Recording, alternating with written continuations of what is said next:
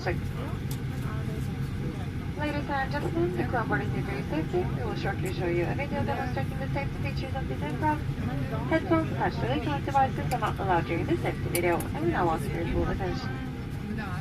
Mine damer og herrer, besetningen er flyene til å reise, trenger vi straks til man varer sikkerhetsrutiner ombord.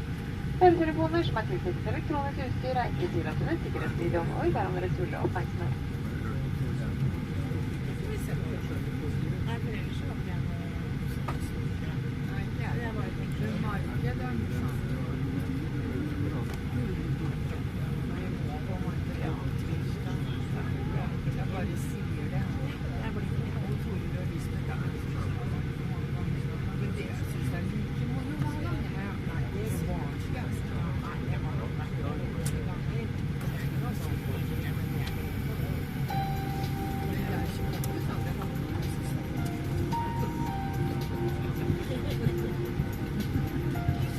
Ladies and gentlemen, welcome aboard Norwegian.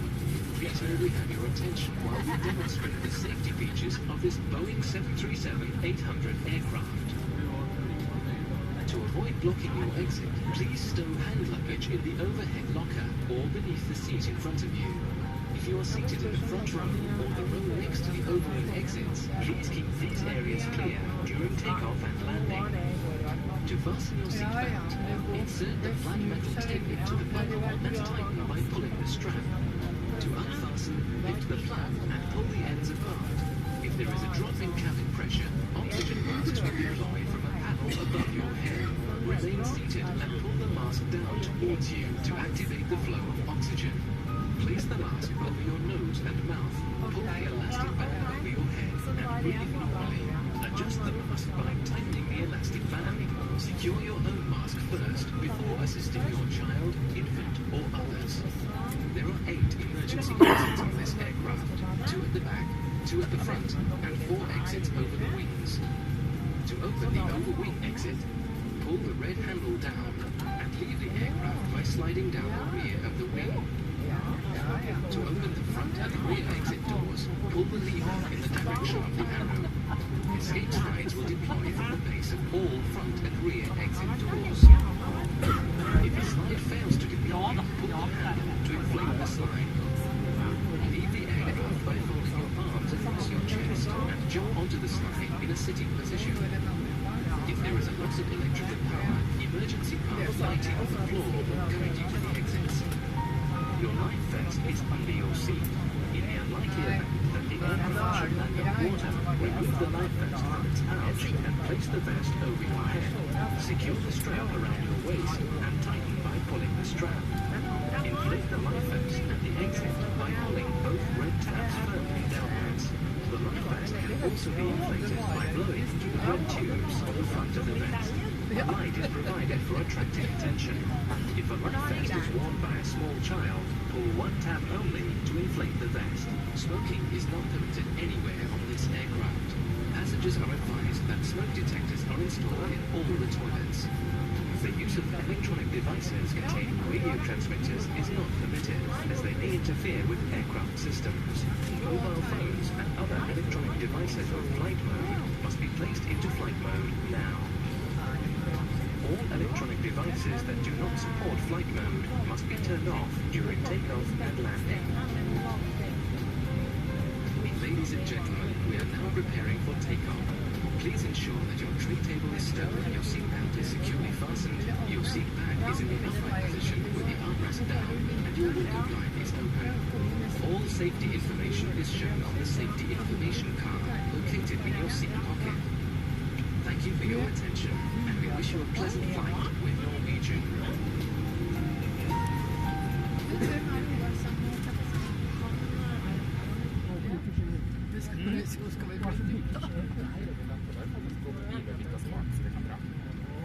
Ja, godt folk fra cockpit er kaptein. Så dere merker vi har ikke ditt ut fra gate enda, og det skyldes at hjelpemotoren som skal gi oss luft, som vi bruker til å starte motorene, der er en ventil som fjusker litt til oss her nå på starten. Jeg tror det bare tidlig morgen og litt kaldt. Vi har vært i kontakt med teknisk avdeling, og så har vi justert et par brytere og switcher her, sånn at vi kan isolere den ventilen. Og da skal vi starte opp nå om cirka 2-3 minutter. Og den hjelpemotoren er kun noe vi trenger mens vi står på bakken for å starte motoren, så det har ingenting å si for vår flyvning. Så da vet dere hvorfor vi står litt. Så det tar bare litt tid. Vi var selvfølgelig nødt til å dobbeltsjekke med teknisk avdeling at det er ok. Ladies and gentlemen, your captain speaking. We had a problem with our starter engine now, and we have been in contact with our technical department, so we have been able to isolate the problem. This starting engine is something we only use on the ground, so it will not affect our flight anyway. And so we expect to be starting up now in about 2-3 minutes. Thank you very much.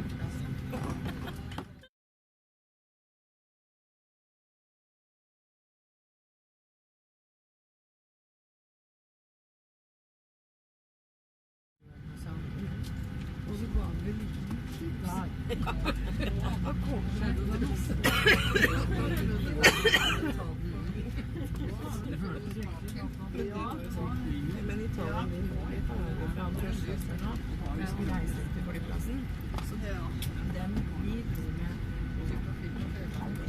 ja, det står ja, et langt og vi og den grunnen SAS, for han har sånn kort, ja, så vi er klart da, det er fint med informasjon, men vi bruker jobben så lang tid som oss, når vi reiser kjærligere, så kommer han langt før.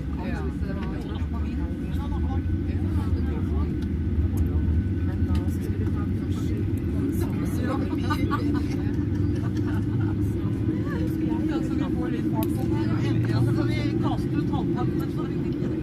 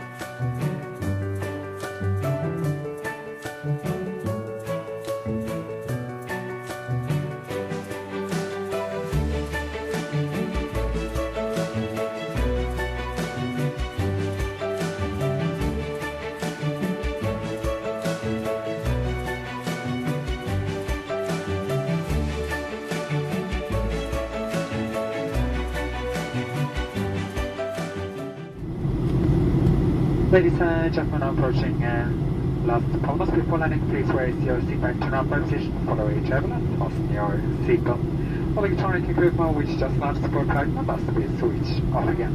Hand luggage must be placed on the seat in front of you or in the overhead compartment. Please make sure to open your window blind and fold down your armrest as well. Ja, mine damer og herrer, da er ikke det mange minutter til vi skal sette hjula i bakken, og derfor så ber vi alle om å rette opp stolryggen, låse med bordplata og feste setebeltet. Alt elektronisk utstyr som ikke støtter flymodus, det må nå skrus helt av. Håndbagasjen, den skal plasseres godt inn under stolen framfor deg, eller oppe i handhylla.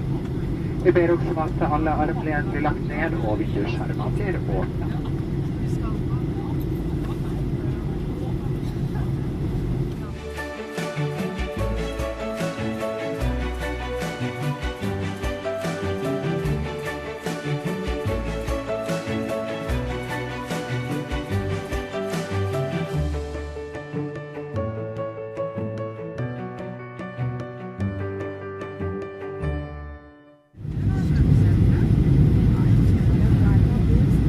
Cabin crew, be seated for landing.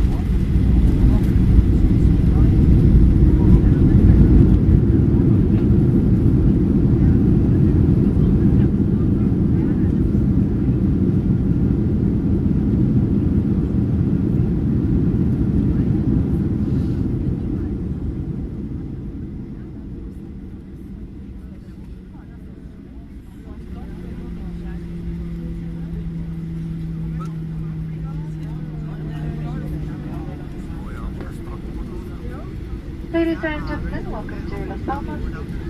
Please remain seated, raise your seatbelt, and the outfit, small hand luggage until the aircraft has come to a complete stop and the fasten seatbelt sign has been switched off. Be careful when opening the overhead lockers, as items may move during the flight. And please remember all your personal belongings. We remind you that smoking is not permitted. We thank you for flying Norwegian today and look forward to see you on board again soon. Wish you all a pleasant stay. Mine damer og herrer, velkommen til Las Palmas. Vennligst til sittende ta med sesongen fri for all håndbagasje. Inntil fly er parkert og sykkelbefest setebeltet er slukket. Vær forsiktig med åpen bagasjehjul slik at ingenting faller ut, og pass på at du får med deg alle dine personlige eiendeler. Vi minner oss om at røyking ikke er tillatt. Som på båt av Fly med Norwegian i dag, så for 8 tid til Stammas, og ønsker på snarlighet sin.